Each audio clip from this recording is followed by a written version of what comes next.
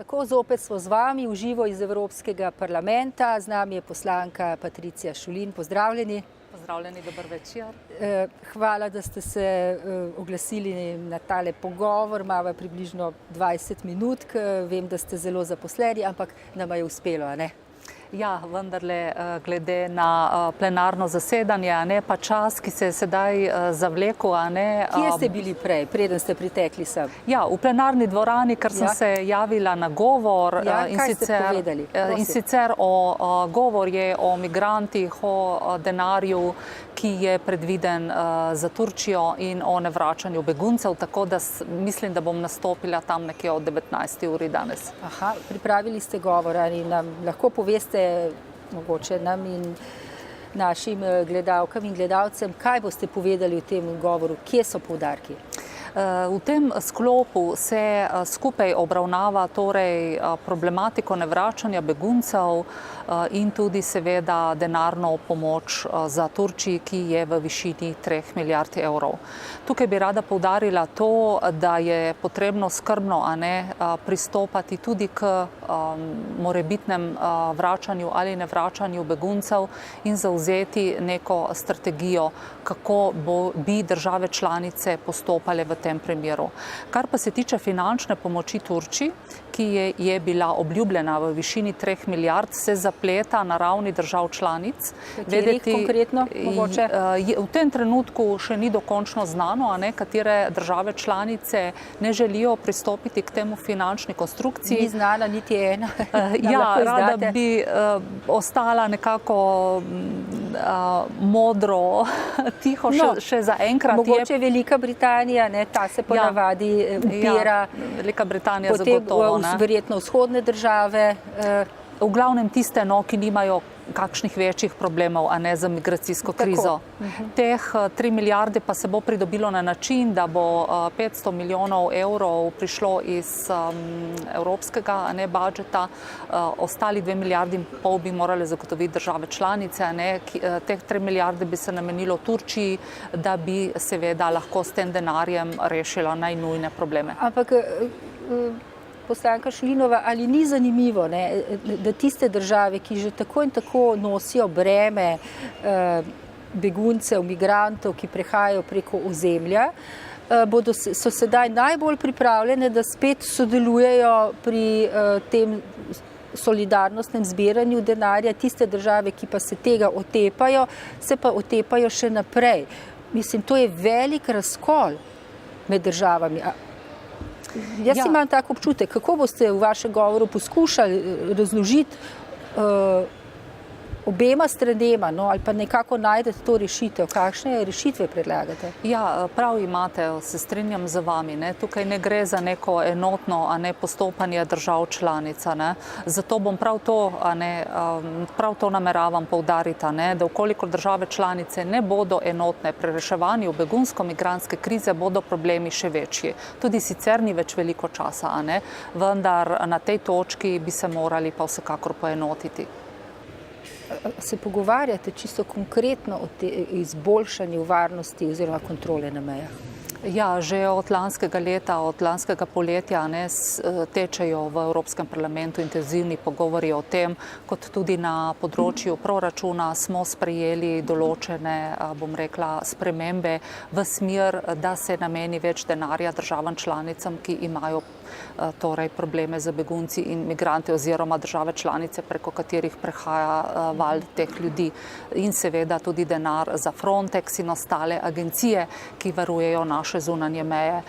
Če pa se osredotočim na Slovenijo, jaz sem pred nekaj mesecih obiskala nastanitveni center v Šentilju in tam je torej slika približno takale. Seveda nekaj je tudi družin, malih otrok in tako naprej, vendar po večini lahko rečem, da kar 80% je pa to mlajših moških nekako tam do 30 let, tako da bi v tem primeru težko govorili samo o beguncih, a ne, in gre to torej v večjem delu za ekonomske migrante.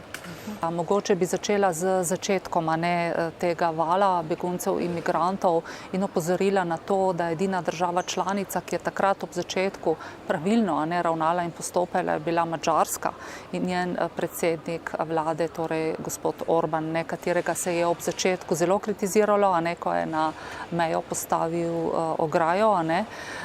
Sedaj pa vidimo, da je ravnal politično in tudi sicer zelo pravilno in korektno. Ograja ne pomeni, da begunci in migranti ne prehajajo v državo, ampak zagotavlja nek red in omogoča tudi boljše registracijske podatke. Žal, kot vemo, se je Slovenija tega lotila zelo nerodno, na nepravi način. Naša Slovenska demokratska stranka je tudi v parlament prinesla dokument, s katerim je predlagala določene zadeve, ki bi že takrat ob začetku pomagale, da ne bi imeli toliko, bom rekla, tistih ljudi, za katere se sploh ne bi vedelo, kdo so in ki prehajajo našo mejo. Tako da v bistvu je v nekem trenutku tudi vlada Republike Slovenije takrat postavila pravzaprav tudi našo varnost kar na neko nizko točko s tem. Seveda so tukaj tudi zmeraj pomembna finančna sredstva, do katerih imajo države članice sedaj pravico, da do njih zaprosijo. Mislim, da je bilo za Slovenijo nekako dodeljenih 123 milijonov evrov, seveda nekaj tudi iz državnega proračuna, ki bodo seveda namenjeni tem nastanitvenim centrom, trenutnim pa tudi tem registracijskim postopkom in seveda tudi za vse kadre, ki varujejo našo mejo.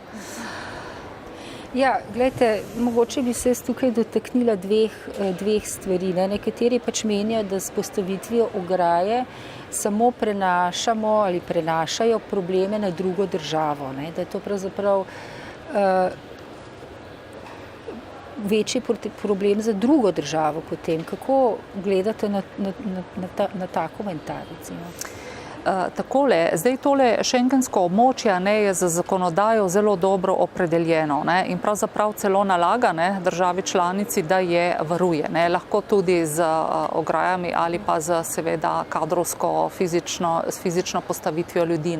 Ampak ker vemo, da je to fizično in tudi kadrovsko zaenkrat nemogoče, potem je ograja edina rešitev.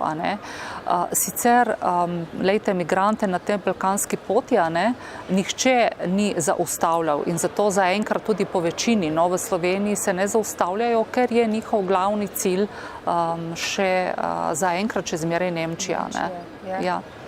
Ja, ta pojem Schengen je postal zelo ohlapen. Kje je pravzaprav trenutno v tej debati, tako se moramo zdaj pogovarjati, kje je pravzaprav trenutno v tej debati je Schengen? Je Schengen v Sloveniji, je Schengen v Grčiji, je Schengen kje je zdaj ta ohlapni, če sploh Schengen še obstaja? Ja, tale pojem in tudi sicer bom rekla, na terenu se je ta Schengen začel malček premikati, odmikati in rušiti. Jaz upam samo, da ne bo resnično prišlo do tako imenovanih zapor meja znotraj držav članic, do popolnih zapor, takih, kot smo bili jim že priča v preteklosti. To pomeni pregled. Nekateri opozarjajo na to. Opozarjajo, to se pravi, debata gre že zdaj v tej smeri. Ja, to se pravi, to bi potegnilo za sabo, da smo tako potniki, kot tudi tovorni promet tamle fizično zaustavljeni na meji, kajti zdaj poznamo prosti pretok ljudi in blaga. To bi pomenilo tudi počasnejši pretok ljudi, tovorni promet bi zaostajal, torej to bi pomenilo tudi za gospodarstvenike gospodarsko škodo. Skratka, ta Schengen je nekako in ni, težko ga bo vzpostavljati. Pravzaprav, če sem jaz dobro poučena, je šengenska meja potekala v Sloveniji, Ja, seveda. Zakaj pa že mi na začetku nismo upoštevali to pravilo nekako evropsko zakonodajo pravzaprav. Ne?